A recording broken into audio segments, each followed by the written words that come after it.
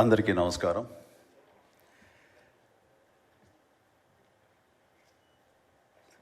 దిగ్దర్శకులు రాఘవేంద్ర గారు, కోదండరామరెడ్డి గారు, Gopal, young directors like Bobby, Vasishta, like నా నిర్మాతలు అల్లు అరవింద్ గారు, అశ్విని దత్ గారు, కెఎస్ రామారావు, శ్యామ్ ప్రసాద్ రెడ్డి, జెమినీ కిరణ్, తమ్మారెడ్డి భరద్వాజ్ గారు, అలా యంగ్ ప్రొడ్యూసర్ విక్కీ అండ్ పాత్రికేయ మిత్రులకు, అలాగే నా బ్లడ్ బ్రదర్స్, బ్లడ్ సిస్టర్స్, నా హృదయపూర్వక నమస్కారం. సో ఫస్ట్ ఆఫ్ ఆల్ ఈ ఈవెంట్ ఇంత గ్లామర్గా, ఇంత మెమొరబుల్గా ఉంది అంటే దానికి ప్రధానమైన కారణం నా మిత్రుడు Aamir Khan.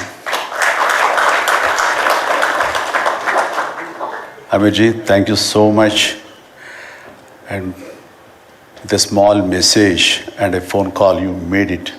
And your presence made this moment as a memorable moment. Really, thank you so much. And I never forget this gesture from your side. And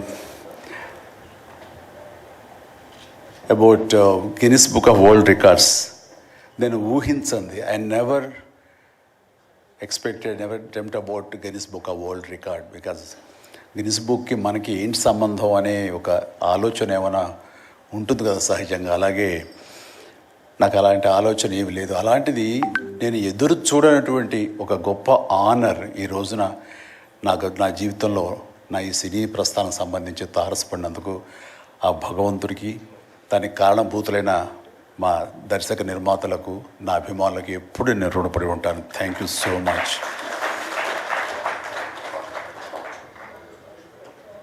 నాకు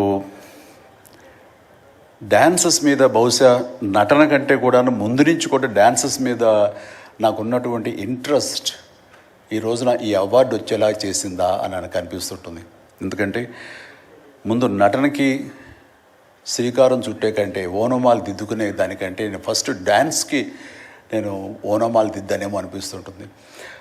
నా చిన్నప్పుడు మా చుట్టూ ఉండే వాళ్ళని ఎంటర్టైన్ చేయడం కోసంగా ఈవినింగ్ అయ్యేసరికి అప్పట్లో ఉండే వివిధ భారతి కానీ, లేకపోతే శ్రీలంక సిలోన్, రేడియో సిలోన్ కానీ, వీటిల్లో వచ్చే కొన్ని తెలుగు పాటలకి అదే మా సోర్స్ ఆఫ్ ఇన్స్పిరేషన్.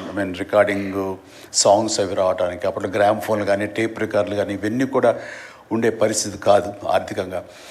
అలాంటి వారానికి ఒకసారి రేడియోలో ఎప్పుడు పాటలు వస్తాయా అని అందరూ ఎదురు చూసేవాళ్ళు. రాగానే శంకర్బాబుని పిలవండి, డ్యాన్స్ వేస్తాడు, మనల్ని అలరిస్తాడు అని వాళ్ళందరూ ఉత్సాహంగా ఉంటే, వాళ్ళ ఉత్సాహానికి నేను మరింత ప్రోత్సాహంగా తీసుకుని దాన్ని డ్యాన్స్లు వేస్తుండేవాడిని. అట్లాగా అవి డ్యాన్సులు అంటారా, బాడీ కదలిక అంటారా ఏమో తెలియదు, ఒక ఎనర్జీగా అవి ప్రజెంట్ చేయటం అనేది ఒక్కడే తెలుసు నాకు.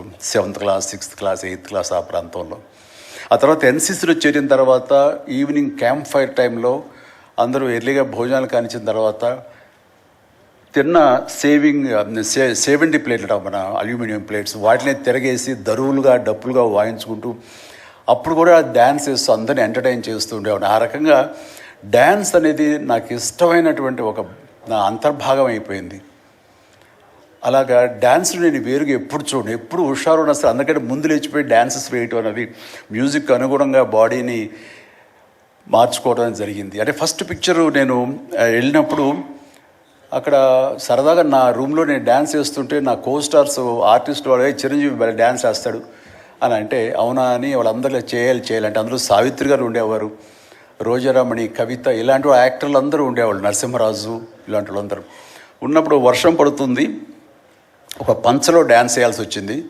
అది ఈస్ట్ గోదావరి రాజమండ్రి దగ్గర ఒక పల్లెటూళ్ళలో. ఆ పంచలో జల్లు పడుతూ కూడా మొత్తం తడితడిగా ఉండింది. అయినా సరే డ్యాన్స్ అడగడం పాపం ఎవరైనా సరే వెంటనే ఎలాంటి ఇన్హిబిషన్ లేకుండా చేయటం అనేది నాకు అలవాటు. అలాగే టేప్ రికార్డ్ రాన్ చేసి అప్పట్లో డ్యాన్స్ చేస్తున్నాను. మధ్యలో కాల్ జారి కింద పడిపోయాను. పడితే అది కింద పడిన తర్వాత ఆపకుండా వాళ్ళందరూ అయ్యో అన్నారు. అనేసరికి దాన్ని నాగిని డ్యాన్స్గా మార్చేసుకొని చేస్తే ఎక్కడ లేని అప్పలాస్ వచ్చేస్తుంది. సో అక్కడ చూసేటంటే ఒక కో డైరెక్టరు రాఘవేంద్రరావు గారు, సారీ మన క్రాంతి కుమార్ గారికి చెప్పడం, ప్రాణం ఖరీదులు వాళ్ళు బుక్ చేసినప్పుడు ఎవై భలే డ్యాన్స్ వేస్తాడు, భలే ఉంటే డ్యాన్స్ అని అవునంటూ నా క్యారెక్టర్కి అంతకుముందు ఎప్పుడూ ఒక డ్యాన్స్ అనేది ఊహించుకోలేదు, సాంగ్ డ్యూయట్ సాంగ్ అని ఊహించుకొని వాళ్ళు ఒక ఎందుకు పెట్టకూడదు సాంగ్ అని చెప్పి నాకు ఆ సాంగ్ సిచ్యువేషన్ క్రియేట్ చేసి ఏలియల్లో ఎందాక అనే ఒక సాంగ్ అండ్ ఆ సాంగ్ నేను వేస్తే దాని స్టెప్స్ అది వేసుకుని ఫస్ట్ టైం ఒక యాక్టర్గా నేను స్క్రీన్ మీద డ్యాన్స్ చేస్తూ కనిపించింది. అది దానికంటే ముందు మన ప్రాణం ఖరీదు పునాది రాళ్ళలో కూడా అలాగే ఫ్రెండ్స్ మధ్య డ్యాన్స్ వేస్తూ నేనే సెంటర్ ఆఫ్ అట్రాక్షన్గా ఉంటూ చేశాను. అలాగా నా డ్యాన్స్ స్కిల్ అన్నది ఎక్స్ట్రాగా నాకు ఒక బెనిఫిట్ అయ్యింది, నాకు ఎక్స్ట్రాగా అది ఉపయోగపడింది. తర్వాత అరవింద్ గారికి, జయకృష్ణ ఇలాంటి వాళ్ళందరికీ కూడా తెలుసు. అండ్ లింగమూర్తి గారే ఉండేవారు. ఆయన డిస్ట్రిబ్యూషన్కి చీఫ్. అప్పట్లో ఆయన రాగానే ఆయన ఏ ప్రొడ్యూసర్స్ని పిలుస్తారు, ఎవరి కథ ఓకే అంటారు, ఎవరికి డబ్బులు శాంక్షన్ చేస్తారని డిస్ట్రిబ్యూటర్స్ మీద ఆధారపడే రోజులు నిర్మాతలు. అలాంటి సమయంలో వేరు నాకంటే సీనియర్ హీరోస్, పెద్ద హీరోస్ ఎవరితోటో కథలు అనుకుంటుండగా చిరంజీవి అని అతను కొత్తగా వస్తాడుగా, అతనితో పెట్టి చేస్తే మీకు ఇంత డబ్బుగా ఇస్తాను, లేదంటే మామూలు అయితే కనుక దాన్ని లిమిటెడ్గా ఇంతే ఇస్తాను అనేసరికి డబ్బు ఎక్కువ ఇస్తానంటున్నారు అంటూ ఆయన లింగమూర్తి గారు నన్ను రికమెండ్ చేసేసరికి నా వైపే అందరూ కలిసి ఇతనే పెట్టుకుందాం అనేవాళ్ళు. అతను ఏంటంటే ప్రజానాడి, ఆడియన్స్ ఏమనుకుంటున్నారు, ఆడియన్స్ ఇతను సాంగ్స్ కోసంగా పదే సినిమాలకు వస్తున్నారు, ఇలాంటి వాడితో సినిమాలు తీస్తే మనకి 4 డబ్బులు వస్తాయి కదా, కమర్షియల్గా వైబుల్గా ఉంటుందని ఉద్దేశంతో ఆయన ఆ రకంగా అప్పట్లో నా ప్రొడ్యూసర్తో అనడం అండ్ వాళ్ళు కూడా నన్ను ఆప్ చేయటం నాకు ఆ రకంగా డ్యాన్సెస్ అనేది ఒక ఎడ్జిని తీసుకొచ్చింది. ఆ తర్వాత నా నిర్మాతలు కానీ, నా ప్రొడ్యూసర్స్ కానీ, నా మ్యూజిక్ డైరెక్టర్స్ కానీ, నా కోరియోగ్రాఫర్స్ కానీ వీళ్ళు నా సాంగ్స్ అనేసరికి ప్రత్యేకమైన శ్రద్ధ పెట్టేవాళ్ళు. అంటే మ్యూజిక్ పరంగా కానీ, బీజిఎమ్స్ పరంగా కానీ ఆ సాంగ్స్ అనేవి ఖచ్చితంగా ఉండాలని. దత్తు గారితో నాకు ఎప్పుడు దెబ్బలాటాయి. ఎందుకంటే 6 సాంగ్స్ ఉండాలేమో బాస్ మనకు అనేవారైనా, లేదు 5 చాలండి, 6వ సాంగ్ ఎప్పుడు కథకి గొడవే అడ్డుపడిపోతుందంటే, లేదు బాస్ అది మీరు అనకండి, ఏ హీరో అయితే ఏమో కానీ మీరైతే మొత్తం 6 సాంగ్స్ ఉండాలి బాస్ అని ఆయన అంటాం. సో 6వ సాంగ్ని ఏదో రకంగా ఒప్పించడం. అలాగే అల్లు అరవింద్ గారు లాస్ట్కి వచ్చేసరికి అత్తగేముడు అమ్మాయి మూడు సాంగే సిచ్యువేషన్ లేదు అక్కడ.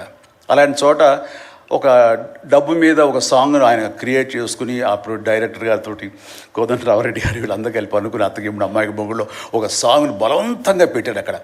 ఆ టైంకి అది బలవంతంగా ఉంటుంది, కథ డిస్టర్బెన్స్ ఉంటుంది, కానీ సాంగ్స్ ఒక ఎడ్జి తీసుకుంటాయి. సాంగ్స్కి స్పెషల్ ఆడియన్స్ ఉన్నారు. ఆ ఆడియన్స్ సాంగ్స్ మళ్ళీ రిపీట్ చేసేవాళ్ళు. అప్పట్లో ప్రొజెక్టర్ ఆఫ్ చేసి మళ్ళీ రీప్లే చేసేవాళ్ళు. ఆ రకంగా సాంగ్స్ యొక్క ప్రత్యేకత నా జీవితంలో, నా సినీ కెరీర్లో, నా యొక్క విజయ పరంపరలో అది ఒక అంతర్భాగం అయిపోయింది. ఆ రకంగా సాంగ్స్ అనేది ఏదో సరదాగా హాబీగా చిన్నప్పుడు మొదలుపెట్టింది. అది ఈ రోజు వరకు నాకు విపరీతమైన ఫ్యాన్స్ని తీసుకొచ్చి డ్యాన్సెస్ అంటే చిరంజీవి చేయాలి అన్నంత పేరు తీసుకొచ్చి నాకు ఈ రోజు ఇదిగో ఈ Guinness book of world records నాకు తీసుకొచ్చేలాగా చేసింది. సో ఇది నిజంగా అనూహ్యమైంది. ఏదో నటనకు వస్తుంది అన్నారు, వస్తుంది. అలాగే పర్సనాలిటీకి, మన సీనియారిటీకి అవార్డ్స్ వస్తాయి అనుకున్నా, వస్తున్నాయి, అన్నీ అవుతున్నాయి. ఇంక ఎందుకు వస్తాయి, ఏమన్నా వస్తాయి అనుకుంటే కనుక ఈ రూపంలో వచ్చింది. ఈ రకంగా నన్ను వరిస్తుంది అనుకోలేదు. అది కాకుండా Guinness book of world records అన్నది. So first of all thank you so much mister Richard. You have come all the way to give me this honour in the name of prolific dancer, actor of Indian screen. Thank you so much. Thank you. And then ఇంతకు మించి నేను ఎక్కువ ఏమీ చెప్పలేను. But నా యొక్క ఈ విజయ పరంపరలో నేను కొనసాగటానికి నాకు ముందు నుంచి దోహదపడుతున్న నా నిర్మాతలకి, నా తోటి నటీనటులకు, నా టెక్నీషియన్స్కి, నా డైరెక్టర్స్కి, ప్రతి ఒక్కరికి హృదయపూర్వక ధన్యవాదాలు మరొకసారి తెలియజేసుకుంటూ